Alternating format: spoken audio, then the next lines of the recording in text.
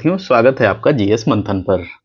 आज हम अपना अगला निबंध पढ़ेंगे, संस्कृति और पहचान वैश्वीकरण के युग में भारतीयता। इसका अर्थ यह है कि जो हमारी संस्कृति है, जो हमारी एक कल्चर है या हमारी जो एक पुरानी पहचान है, वो कितनी मजबूत है, कितनी अभी भी अखंड है, कितनी अटूट है, जबकि वैश्वीकरण का युग चल रहा है। यानी वैश्वीकरण के युग में भी हम कितनी अपनी पहचान, संस्कृति को बचा के रखे हैं, किस स्तर पर है, ये हमें बात करनी रहेगी। अब तक जो हमने निबंध पढ़े हैं उनकी शब्द सीमा काफी ज्यादा थी, जिससे हमें आपको ये समझाना था कि निबंध क्या होता है, कैसे लिखते हैं। अब हम निर्धारित समय सीमा में बात करेंगे, परीक्षा में कैसे लिखा जाता है इस ऐसे बात करेंगे। आप क्लास को पूरा देखिएगा, हम यहीं पर आपको समझा देंगे, जिससे कि आपको अलग से निबंध के लिए परेशान नहीं होना पड़ेगा। निबंध मतलब एक बेहतर प्रारूप में लिखी गई बात, लिखे गए विचार, उसी को निबंध बोलते हैं। 3 भागों में लिखेंगे, प्रस्तावना, मुख्य भाग और निष्कर्ष। प्रस्तावना हमारी लगभग 100 शब्दों की रहेगी, जिसमें हम टॉपिक के बारे में बताएंगे। मुख्य भाग हमारा पूरा पैराग्राफ पर रहेगा। यदि हम कोई तथ्य प्रयोग करेंगे तो सही होने चाहिए। यदि हम सूक्तियों का प्रयोग कर रहे हैं तो हमारे टॉपिक से रिलेटेड होनी चाहिए। निबंध हमारे टॉपिक के बाहर किसी भी स्थिति में नहीं जाना चाहिए। टॉपिक हमारा है संस्कृति और पहचान वैश्वीकरण के युग में भारतीयता। भारतीयता मतलब अपनी पुरानी संस्कृति। एक रूपरेखा बना लेते हैं। रूपरेखा हमें मदद करेगी आगे हमारा निबंध पूरा होने में। रूपरेखा हमारी मदद करेगी निबंध को एक सही दिशा देने में, एक सही प्रारूप देने में। प्रस्तावना, इसमें क्या क्या लिख देंगे, संस्कृति, पहचान और भारतीयता की ऐतिहासिक व्यापकता को लिखेंगे और वैश्वीकरण की चुनौती को इसमें हम लिख देंगे। हमें किसी भी देश की बुराई नहीं करनी है, हमें अपनी बात एक सही सारगर्भित तरीके से ही रखनी है। फिर बात करेंगे संस्कृति और पहचान का अर्थ क्या होता है। विविधता है, परंपरा, भाषा, कला, मूल्य। भारतीयता का बहुलतावादी स्वरूप क्या है, इस पर बात करेंगे। फिर बात करेंगे वैश्वीकरण का क्या प्रभाव पड़ा है, जैसे बाजार है, तकनीक है, संचार है, उपभोक्तावाद है, सांस्कृतिक आदान प्रदान है, अवसर और खतरे हैं, इन पर बात करेंगे। फिर हम बात करेंगे भारतीयता की विशेषताएं क्या हैं, जैसे सहिष्णुता है, समन्वय है, आध्यात्मिकता है, परिवार केंद्रितता है, सांस्कृतिक विविधता है, ज्ञान परंपरा है, इस पर बात करेंगे। फिर वैश्वीकरण बनाम भारतीयता, इसको भी देखेंगे कि किस प्रकार से टकराव आते हैं, किस प्रकार से विचारों में टकराव आते हैं। समायोजन देखेंगे, सांस्कृतिक संस्करणों की बात करेंगे, युवा पीढ़ी पर क्या प्रभाव पड़ता है उसकी बात करेंगे, भाषा और जीवन शैली में किस प्रकार परिवर्तन आया है उसको भी देखेंगे। फिर 2025 के संदर्भ में बात करेंगे, डिजिटल संस्कृति क्या होती है, ओटीटी की बात करेंगे, सोशल मीडिया की बात करेंगे, भारतीय कला, फैशन, व्यंजन का वैश्विक विस्तार देखेंगे, भारत की सॉफ्ट पावर की बात करेंगे, भारतीय संस्कृति के सामने चुनौतियां क्या आई उनको देखेंगे, जैसे उपभोक्तावाद की बात करेंगे, सांस्कृतिक एकरूपता की बात करेंगे, स्थानीय परंपराओं का क्षरण देखेंगे, भाषा संकट की बात करेंगे। इसमें हम आगे देखेंगे भारतीयता की पुनर्स्थापना के उपाय क्या होते हैं, शिक्षा में भारतीय ज्ञान प्रणाली की बात करेंगे, सांस्कृतिक उद्योगों का प्रोत्साहन देखेंगे, भाषाई संरक्षण किस प्रकार हुआ उनको देखेंगे, डिजिटल प्लेटफॉर्म पर भारतीय कंटेंट कितना है, कैसा है, क्या उसका उद्देश्य है उसको देखेंगे, समाज की भूमिका के देखेंगे, जैसे परिवार है, समुदाय है, युवाओं का योगदान है, आधुनिकता और परंपरा के संतुलन की आवश्यकता को देखेंगे। अंत में हम निष्कर्ष निकाल देंगे। निष्कर्ष पूरे निबंध का निचोड़ रहने वाला है। भारतीय वैश्वीकरण भारतीयता को मिटाता नहीं, उसे नया रूप देकर विश्व तक पहुंचाता है। अब हम लिखेंगे निबंध एक प्रारूप में। आप ये समझिएगा, इस निबंध को पूरा देखिएगा कि कैसे कैसे भाषा चलेगी, कैसे कैसे शब्द रचना चलेगी। संस्कृति और पहचान मतलब वैश्वीकरण के युग में भारतीयता। सभ्यताएं तब जीवित रहती हैं जब वे अपनी आत्मा को संभाल के रखते हुए समय के साथ चलना जानती हैं। ये बात सूक्ति जैसी प्रयोग कर लेंगे। अब हम आते हैं प्रस्तावना पर। हेडिंग नहीं डालेंगे, मैं इसलिए लिख दिया हूं जिससे आप समझें कि इस पैराग्राफ में हम प्रस्तावना की बात करने जा रहे हैं। भारत की पहचान उसकी हजारों वर्ष पुरानी संस्कृति में निहित है, जहां विविधता, सहिष्णुता और आध्यात्मिकता एक साथ प्रभावित होती है।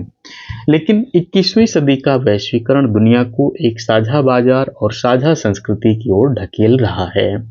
देखिए, इंटरनेट आने से ये चीज़ें और ज़्यादा बढ़ी हैं, और ज़्यादा चीज़ें, एक संस्कृति दूसरी संस्कृति से मिल रही है, हम उसको समझ रहे हैं। फ्रांस कैसा है हम समझ रहे हैं, अमेरिका कैसा है, रहन सहन कैसा है।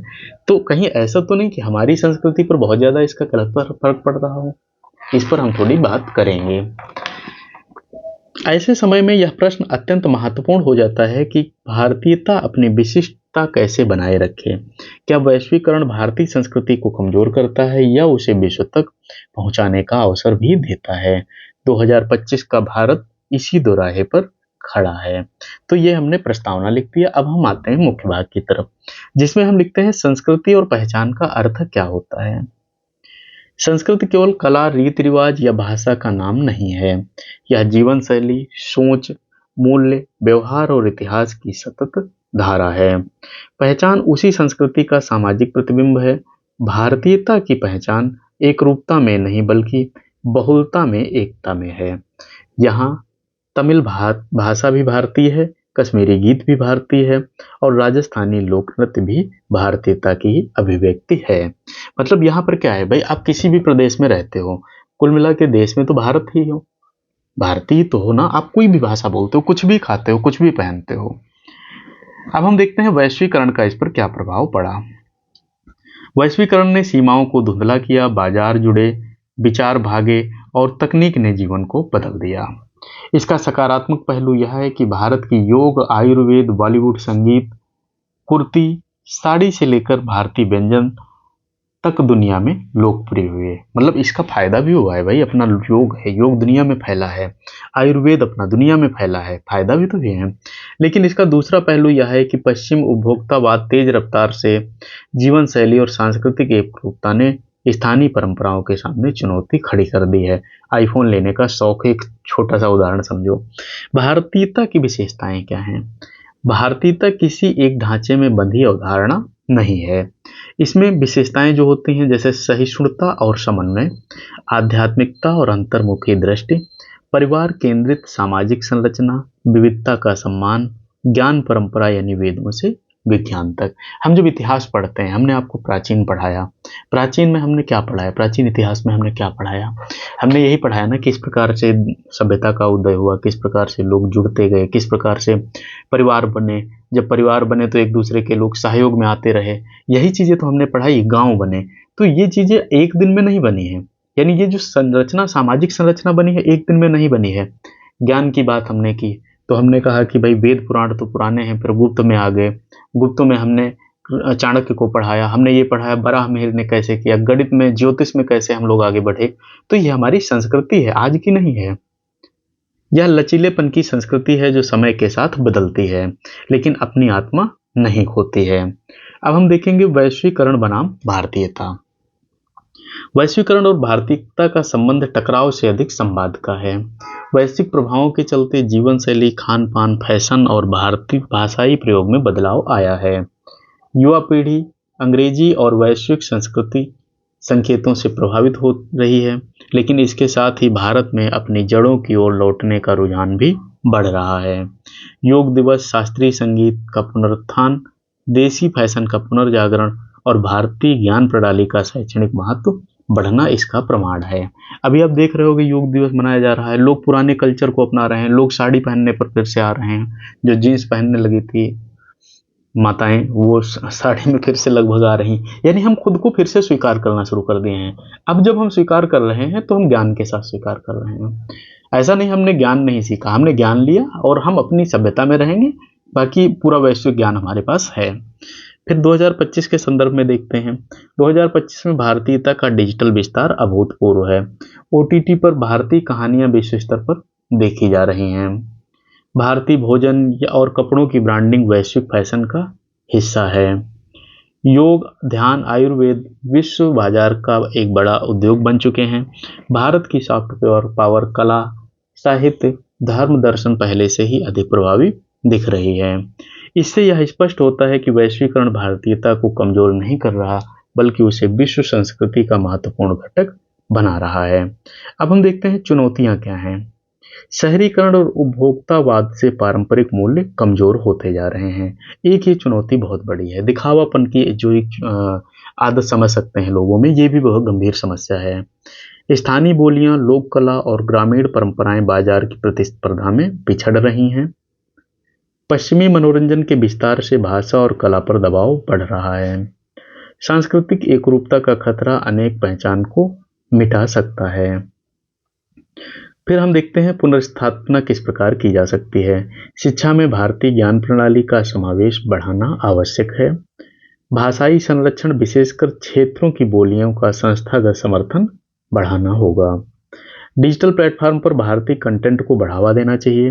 कला, साहित्य, सिनेमा जैसे सांस्कृतिक उद्योगों में निवेश बढ़ाना होगा। पर्यटन, हस्तशिल्प, भोजन और परिधान में स्थानीय पहचान की ब्रांड उसको निर्माण करना होगा। जैसे निबंध पढ़ाते हैं, ऐसे मेंस की आंसर राइटिंग अपनी चलती है। यदि आपने अब तक सब्सक्राइब नहीं किया है तो जरूर करिएगा। मुहावरे, लोकोक्तियाँ, ये सब जो भी क्लास हम पढ़ाए हैं इनको भी जरूर देखिएगा, क्योंकि ये सब आपके काम की हैं। फिर हम देखते हैं समाज में क्या भूमिका है। परिवार और समुदाय भारतीय पहचान के मूल आधार हैं। जब परिवार परंपराओं, कहानियों, लोकगीतों, त्योहारों और रीति रिवाजों को अगली पीढ़ी तक पहुंचाते हैं, तभी संस्कृति जीवित रहती है। युवा पीढ़ी को आधुनिकता और परंपरा के बीच संतुलन बनाना सीखना होगा, क्योंकि संस्कृति का अर्थ अतीत में लौटना नहीं बल्कि मूल्यों के साथ आगे बढ़ना है। अब हम देखते हैं निष्कर्ष।